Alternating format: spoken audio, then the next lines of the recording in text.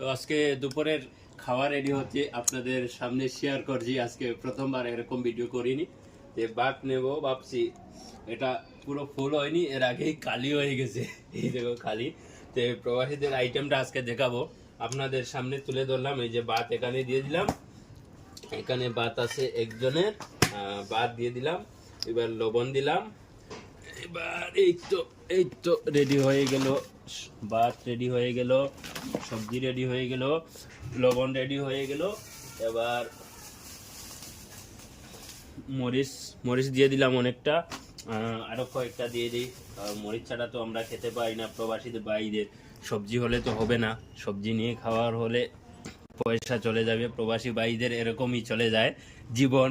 শুধু লঙ্কা আর এই নুন আর এই বাদ দিয়ে খেতে খেতে কি করবো বলো, প্রবাসীদের জীবনে ওভাবেই চলতে হয়, না হলে তো আর হয় না।